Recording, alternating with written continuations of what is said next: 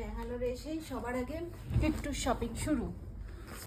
কিট্টুর shopping শুরু প্রথমেই তো কিট্টুর খাবার দাবার ফর্মুলা দেখা যাক ডক্টর কোনটা সাজেস্ট করেছিল, নেসলে, ঠিক আছে, ন্যানপ্রো বা যে কোনো যেটা ভালো হবে, স্টেজ 2 যেটা নিয়ে নিতে। তো আমরা ভাবলাম তো এটা নিয়ে দেখে, অনেকের কাছে শুনলাম না এটা ভালো, তো আপটামিল গোল্ড এটা এখনো খাইনি আমাদের এখনো নেদারল্যান্ড থেকে যেগুলো নিয়ে এসেছিলাম ওগুলোই চলছে, বেশি নিয়েও আসিনি কারণ ফর্মুলা মিল্কও একটু খেয়ে খেয়ে অভ্যাস করুক।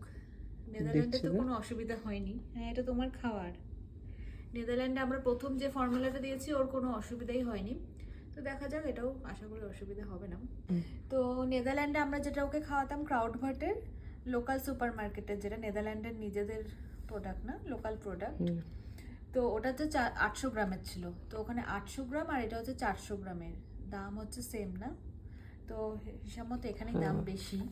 আর ডাইপারের দাম কেমন এখানে বেশি, একই না?